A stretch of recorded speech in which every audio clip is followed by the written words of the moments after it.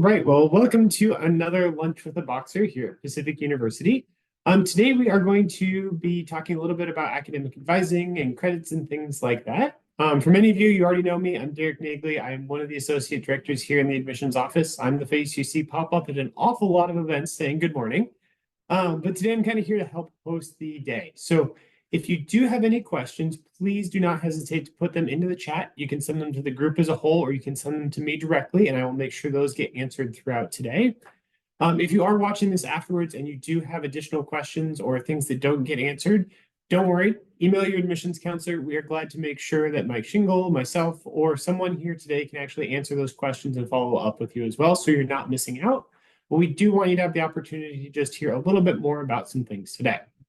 I also wanted to, before we get started, introduce Griffin Shawless, who is one of our financial aid counselors here at Pacific. I know a question on many people's minds right now has to do with financial aid, so we did want to put a quick update out there from our financial aid office. He has to run off to another meeting after this, so we're going to have a quick update, and then we will make sure you all have their contact information to reach out, send any additional questions you might have. But Griffin, I'm going to turn it over for you for just a second for a financial aid update. Amazing. Thank you, Derek. And yeah, so again, my name is Griffin Shawless. I'm one of our undergraduate financial aid counselors. And for those of you who attended the previous Lunch with the Boxer, it's a pretty similar update, right? So right now we're starting to get those FAFSAs on our end and building those financial aid packages to get sent out to students here in the next few weeks. And I know, I know folks are awaiting this information and y'all are anxious to get this info, and hang in there. It's on the way and it's coming. And kind of like I mentioned before, what'll happen is you'll get a physical piece of mail that'll have a big folder inside with a bunch of Pacific financial aid info. And then actually in that folder will be a white slip of paper that'll have direct costs for the year, all of the specific financial aid that your students are eligible for. And then down at the bottom, it'll do the math for you and just show your remaining direct costs for the year. So info's on its way. While you're waiting, definitely please stay in touch with both myself and also Stacy in our office, who's our undergraduate financial aid counselor. And I'm actually going to throw our emails here in the chat just so you have them. And again, we split alphabet just down the middle. So I'm the counselor for students with last names A through L. Stacy works with students' last names M through Z. So, just sit tight. It's coming. It's on the way. Once you get it, you have that info to stay in touch. And we can just go back and forth and get all your questions answered. And if there's anything you need now, right? I know the FAFSA, for lack of a better word, has given folks some issues this year. So if you're still running into some of those challenges, reach out to Stacy or myself, and we'll see what we can do. And just stay in touch if you need anything in the meantime. Thanks, y'all. Perfect. Thank you, Griffin. And like they said, their information is in the chat here, and we will put it up with the YouTube as well. So feel free to email them with any financial aid questions you might have. And then again, if you have any questions, please don't hesitate to put them in here. We'll make sure those get answered a little bit throughout today. And Griffin, again, thanks so much for joining us. And we are going to turn it over to Mike Shingle, who is our Director of Academic and Career Advising here at Pacific, to talk a little bit about exactly what that means as an incoming student to Pacific. And we'll have an opportunity to see us throughout the year. So what does advising mean, and how is this different than high school? So in high school, your counselor usually has classes that they're going to assign to you, or they're going to make sure that you're in.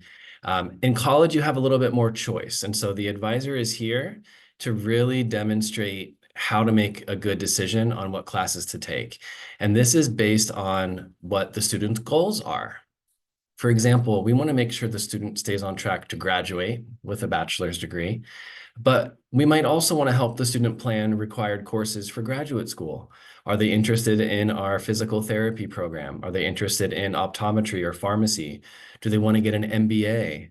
What does that look like? What does the pathway look like? So we're here to help maintain progress, help students to maintain progress on that. And we partner with faculty and other staff across campus to make sure this is clear for students. And so in addition to academic advising, I mentioned the career part of what we do. And career advising is really about helping students to find meaningful experiences. We want students to gain experience through internships or civic engagement, volunteering, paid jobs, on-campus jobs, off-campus jobs, et cetera. So we're here to not only help students find those experiences, but to apply for those. If you're a student, or if you are a student coming in and you have federal work study, that might seem kind of mysterious. What does this mean? Does this mean I can work while I'm a student? It's part of your financial aid package, and it's a really good tool to utilize. That way you can get paid through this program and have a job that works around your schedule. So our office helps to coordinate that along with the financial aid office, and we will help students to find those opportunities. We host career fairs and job fairs and have a lot of different avenues for students to find these things throughout the entire school year. And a lot of that information will start coming your way this summer. So what else do we do? So I mentioned the piece about employers, and I mentioned the fact that we have job fairs. We make a lot of individual connections between students and employers. We make a lot of referrals, and we have employers who come to us saying, we want to recruit a student, for example, in media arts to help us with our website, or we want to film something. Can you help us find a film student? We'll make a lot of individual connections between students, employers, and also faculty members. So relationships are pretty important in terms of the career support for students. So in addition to academic advising and career advising, we do coaching. And this is not athletic coaching, but this is academic coaching. And academic coaching is to help students really build those college management skills. Time, how do you organize your schedule? How do you organize what you're learning from your class about your homework and your homework requirements? And what does that syllabus mean? And what does the syllabus say? So a lot of what we do in coaching is about helping students to build self-management skills and responsibilities there. In addition to what we do with academic coaching and academic advising, we also do teaching. And this is related to long-term goals for students. We have a program called the Advantage Scholars Program.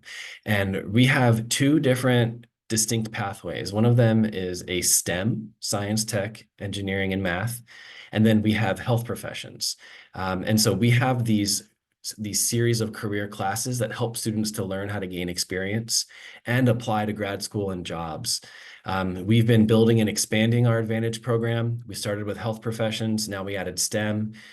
This next fall, we're going to add one for undecided students because that's the next need. And then we're going to build arts and humanities and social sciences. And we're going to continue to grow and evolve with what we're doing in the classroom with students. But there are a lot of benefits for students participating in the Advantage Scholars Program.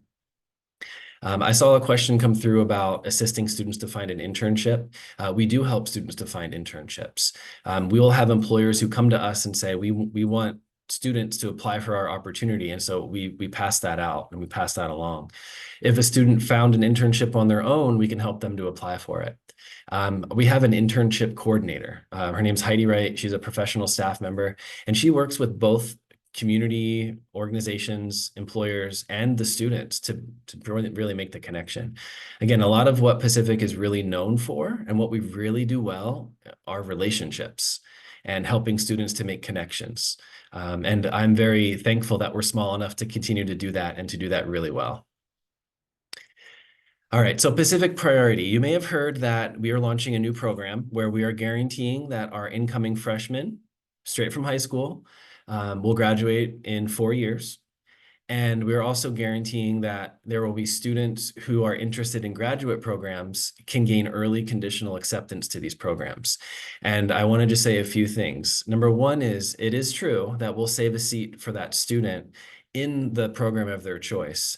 And they can apply early for it through this interest form, where they're essentially saving their seat. What is also true is that students will need to maintain minimum requirements and meet the minimum requirements at time of entry.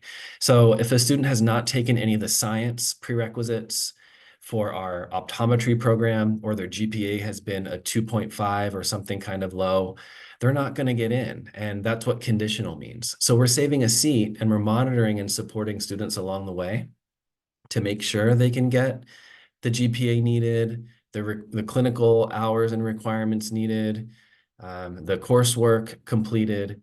But again, there are these requirements to pay attention to. So that's been the fuzzy part for students and for prospective students in the community to really understand is, yeah, there are minimum requirements, and it's really important that we maintain that so we can really be training great physical therapists and great occupational therapists and great social workers, et cetera. There are 11 programs now. Our audiology program just signed on to this yesterday, so hot off the presses, and the rest of these programs are participating. Pharmacy is currently not on the list, and physician's assistant is currently not on the list. That doesn't mean a student can't get into those programs. We still have ways to support students who are interested in those goals. All right, so the next part of what I'm talking about is geared towards our summer advising and registration experience. This is for our new incoming students, and this is sort of how to prepare, what the timeline looks like, what the dates are, and how to ready yourself for that. So during new student advising, there's a couple of things that advisors and our staff do that leads to a student having a fall class schedule. We help them make decisions around the first semester. We talk to them about what a schedule can look like, and we answer a lot of questions about AP, IB, and transfer credit. I'm going to say a few things about that now, and AP specifically. So advanced placement, Pacific will accept 4s or better, and the credits will count either towards electives, towards a core requirement, or towards something in the major. When I say core, I mean our general education, right? Everybody needs math and language and writing, et cetera. So how they will count depends on what the class is. And in fact, the student needs to take the AP exam and pass it with a 4 or better in order to earn the AP credit. There might be an opportunity for a student to take dual enrollment, where they're enrolled in PCC or Clackamas or Chemeketa or whatever their local college is, and they're earning what's called dual enrollment credit or college in the high school credit or something like that. We will actually look at the college credits on that transcript, and if those benefit the student better than them earning the 4 on the AP exam, we'll give them that credit. But if a student has a choice between taking the AP exam or taking the credit, that is going to be a toss-up, and it depends. There's no rule for, yeah, definitely do this or definitely do that. When it comes down to it, it really boils down to whether the student feels comfortable and confident in the fact that there's an exam that they need to pass. Because they don't need to pass the exam for the dual credit, but they do need to pass the exam for the AP credit through the College Board. All right, shifting gears to IB. IB is a 5 or better, and whether or not a student earns the IB diploma doesn't matter. We'll still honor and award credit for individual IB courses. And then college credits earned in high school as part of Running Start, college in the high school, just taking a summer class here and there. We will accept most academic level coursework. And so if you have questions about how those credits will transfer, start by talking with your admissions counselor, and they'll get those questions to us. Technical or professional coursework like welding or nursing assistant or auto mechanic, those don't transfer because we don't have those programs here. But writing, math, communications classes, history, literature, psychology, I can go on and on. Those academic courses do transfer, and how they transfer and what they count towards, that will all be explained during summer advising. All right, so I'm giving you a few examples of what a first semester schedule can look like for a student. So in terms of credits means something in college. And so credit hours, a student who's taking 4 classes for a total of 16 credits is going to end up studying outside of class for at least 2 hours per credit. So this schedule means 16 hours of seat time and at minimum 32 hours per week of studying. And that's real. That's true. This is real talk. This happens. You do have to study 30 to 40 hours a week in college. That's the biggest transition for our incoming students to realize. You have to study well, and you have to use the resources. It's typical to take math in your first semester if you're health professions focused. Same thing with a chemistry or a biology class. So this is just one example of a pre-health or science pathway. This is a second example of an education or social sciences pathway. You'll notice that there's more breadth here with what they're taking, philosophy, sociology class. There's other courses here. First year seminar is common to all of our incoming students. So this will be a class that every incoming freshman takes. And then last, I get questions about double majors. It is possible to double major. It's useful to do sometimes, not all the time, but this is an example where you'd sort of dabble in both majors every semester all the way through. My advice to students who are considering double majoring is to consider why they want to double major. Is it for a career choice? Is it for skills they want to build? Do they want to do a language and a science? That's useful. And do they want to build skills in a specific thing so that way they can be career ready? That's usually the best reason to do it. But to impress my family or something like that, that might be secondary. I don't know. You can tell me. But double majoring is a choice, and sometimes it's not really the best choice if you don't have a real reason to do so. All right, so more details about summer. When do we register for our fall classes? This is the hot question. And so I have a couple of things to share. You will register during the month of July and the early part of August for classes. And in order to register for classes, you have to attend one of our events. And we have a half-day event. And really the goals are to help your student get ready for college. And this includes learning about resources, getting a full hour to meet with an advisor to discuss one-on-one specific situations, and to make sure your student is making informed decisions and gets answers to questions, and then also actually registering and getting a schedule. We have a lot of team work that goes into these events across campus, from multiple offices, including the ones you're hearing from today. So we really put a lot of effort into this, and my office oversees the coordination of this. I'm really proud of the work that we do, and we've gotten a lot of good feedback from our surveys over the years about how to do well and how to improve. And so we have a new and improved way of doing it every single year. So I'm really excited for when your student gets the chance to register for classes. So how do we sign up for one of these cool things? How do we make the magic happen? So I will tell you that the first most important thing is actually not even listed here. It's submitting your tuition deposit. Depositing actually triggers the rest of this sequence here. And so really, if you're looking at step 0 on this list, it's submit your tuition deposit. That secures your seat with us.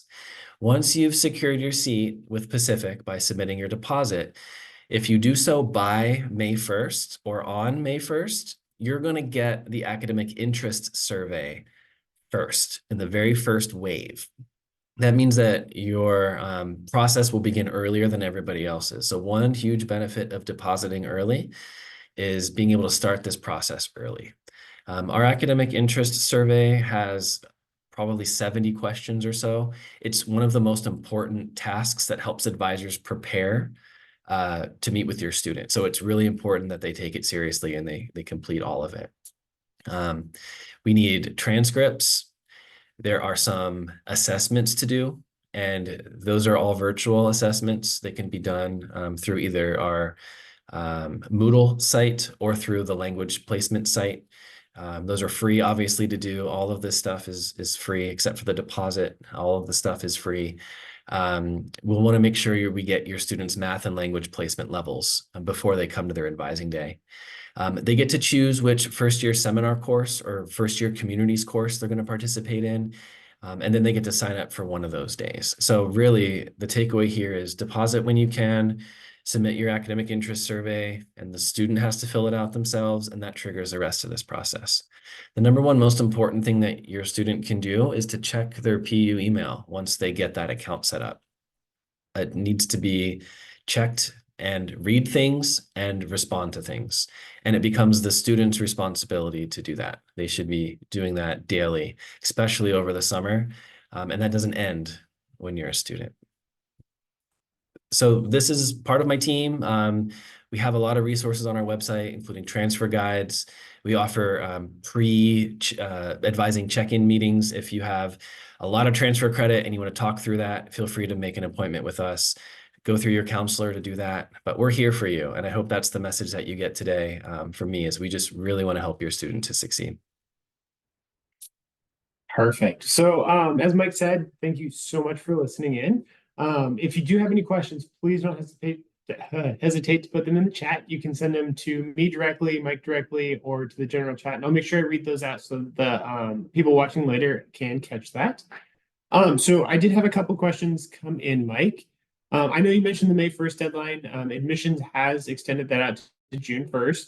So just for families, if they don't get it in by May 1st, one of the big questions was, will they be able to still get classes? Will they still be able to get advising? So I know you mentioned that kind of first wave going out May 1st, but what happens after that date, as they may deposit a few weeks later since financial aid's coming out? Yeah, if you deposit a few weeks later, then you'll still get that invitation. We do it on a rolling basis. So you're not missing anything. We just do it in order of deposit reports. Once we get the deposits, we send them to those who've deposited earlier. Perfect. And then one of the questions that came in so two questions actually. Will all of the advising things be going to their Pacific email or the email they applied to Pacific with? So that's question one. Question two is, will you ever email the parents anything? Love both of these questions. So to answer number one, we will send it to both the Pacific email and the personal email throughout the summer. However, there will be some departments who send just to your PU email. So don't get in the habit of expecting things to come to your personal also from everywhere. Definitely the PU email. And it's at pacificu.edu. So don't forget that U. When you're signing up for like Amazon Prime Student or your Spotify account, don't forget that either. And then parents. So in the academic interest survey, we ask a question to the student. And we say, are you okay with us sharing some information with family around reaching out to you about summer advising and registration? Students will start to have choice in whether or not they share things with family and parents as soon as they become college students. There's actually a federal law. It's called the Family Educational Rights Privacy Act of 1974, by the way, FERPA. And so they'll be able to have agency over whether or not they share things with you. That begins with their experience over the summer. If a student is not replying to us, they can't reach them, they're not replying to emails or answering phones or replying to voicemails, or their voicemail is not set up, we will send an SOS out to the parent and be like, hey, are they still interested in registering for classes? If so, please talk to us.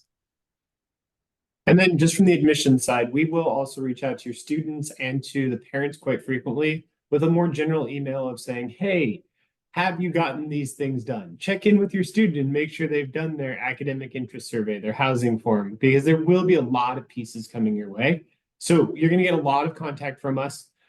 Definitely reach back out with those questions, and definitely encourage your students to do that. It's really important when it comes to, especially this stuff in the summer, for things like advising or for housing that we'll talk about here in a little bit, coming up in a different Lunch with a Boxer, that your students fill those out. Because it is going to have a big impact on what their next steps are going to be.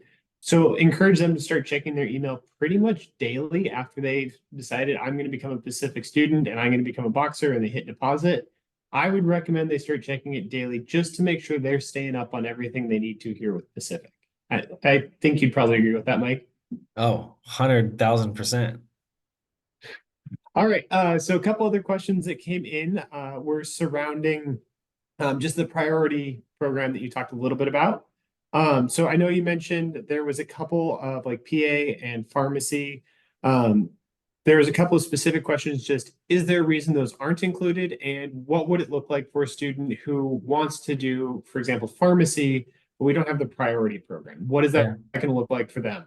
Yeah, so this program is brand new, and I don't know the complete answer to why pharmacy and PA is not on there, but I will say what I think. And what I think is pharmacy hasn't figured out how to integrate it in, because they do have a way for students to start the pharmacy program without a bachelor's degree. So this program requires a student has a bachelor's degree. So there's a disconnect between what pharmacy is recruiting for and what they want are students without bachelor's and with. but priority tells them they need a bachelor's. So I think they're working through that, how to communicate that well. Our PA program is unique because it requires way more clinical hours than our other programs do. And that's part of the reason they're not on there, I believe. PA requires a couple thousand hours of true clinical experience before you can be considered for admission. These are things like being a phlebotomist or a medical assistant where you're performing procedures on patients. This is not just job shadowing. This is, I've been taking blood from patients, or I've been a nurse, a nursing assistant for 4 or 5 years. Like, the average age of admission to PA is a lot older than you'll see for our other graduate programs. Awesome. And then there was a couple other questions that were surrounding if students, so you showed some examples of the schedules and they get to talk to an advisor during the summer. This one was specific to a California school, but what happens if a student can't get a class they need freshman year? Or do we have those type of classes? I think there some schools call them like impacted classes, where it's I need this for my major, but I can't get it freshman year. What happens in that situation here at Pacific? Yeah, well, it's been such a relief for me working at Pacific since 2016, because we don't run into that. Pacific will make it a priority for students to get into classes that they need to stay on track to graduate. And we're small enough to be able to make that happen. Our faculty are aware of what these classes are, and they will accommodate students in certain majors. For example, if you're going to be a music major, you need to be in Theory 1 in your first semester. And that class will be filled with music majors, and they'll make sure every potential music major gets in. If you need to do a chemistry major, you need to have a chemistry class pretty early. They'll make sure you're in chemistry. We hardly ever experience that issue. And I've worked at other universities where that has been an issue. And I know it's an issue for some schools in California. That's not an issue here at Pacific. And that's one of the, I guess, the joys of the advising world here, but also one of the benefits of coming here is the individualized care and support that you'll get. And we're not going to lose anybody in the shuffle. They'll get into classes they need. So 2 other questions that I think you can kind of help answer. So you kind of talked about that advising as they're coming in. What happens once they're here? Are there tutors, or can they come to you each semester, or how do they figure out the rest of their schedule once they're a student here? Yeah, so we partner with our faculty advisors as the designated academic advisors. So when a student comes in, they'll do initial advising and registration through our office. Then they'll be assigned what we call a permanent advisor, which really isn't permanent. Could be though. This advisor is there to meet with the student before they register for classes every semester. It could be a faculty member in the discipline they're majoring in. It could be a professional advisor if there are multiple interests that the student has.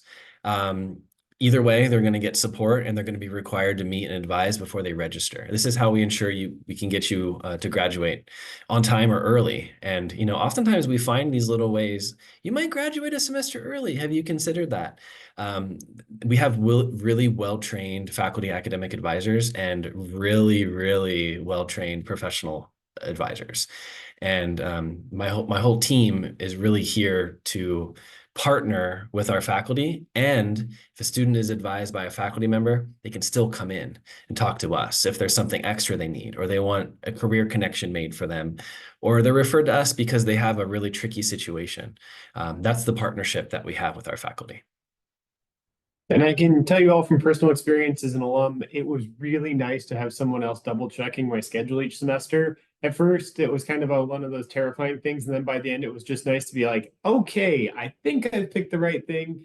Hey, Rich, am I on the right track? And it was just nice to have that second set of eyes all the way through, even to that semester right before you graduate, just making sure everything's in place for that. So a quick question that I actually don't know off the top of my head, and you might know. As far as minors, so is it pretty common at Pacific? What % of students have a minor, and what does that look like when they're doing their advising? Yeah, so a minor is a specialized subset of courses in like the 20 to 25 credit range, somewhere around there. In terms of the numbers, I don't have the specific numbers of how many students do, but I know it's a lot less than half. We're seeing minors becoming less common for a number of reasons. What's more important than a minor oftentimes is actually the experience. So if a student is actually gaining the experience and taking the minor, great. but if they're taking the minor and they have no experience, then that's sort of a challenge there. One of the benefits of a minor, though, is to complement the major. So if you're doing a major in the sciences, doing a minor in the arts or humanities or social sciences, that is oftentimes a good tool because you're getting a breadth of liberal arts background. You're getting a nice, well-rounded background. You'll get that anyway as a Pacific student, but you'll definitely get that if you're pairing a STEM major with a non-STEM minor or vice versa. All right. And then the last question I've had come in directly to me. You mentioned the summer advising will be happening in June or July and August. Do they have to come to campus to be advised? No, they do not. And I'm glad that you asked that question because that prompts me to share my link in the chat for those who were here. This is the link to our new Student Advising Days webpage, and it shows the dates for the virtual days we have planned, and it shows the dates for the in-person days that we have planned. So for the benefit of people watching this recording, I'm going to quickly share it.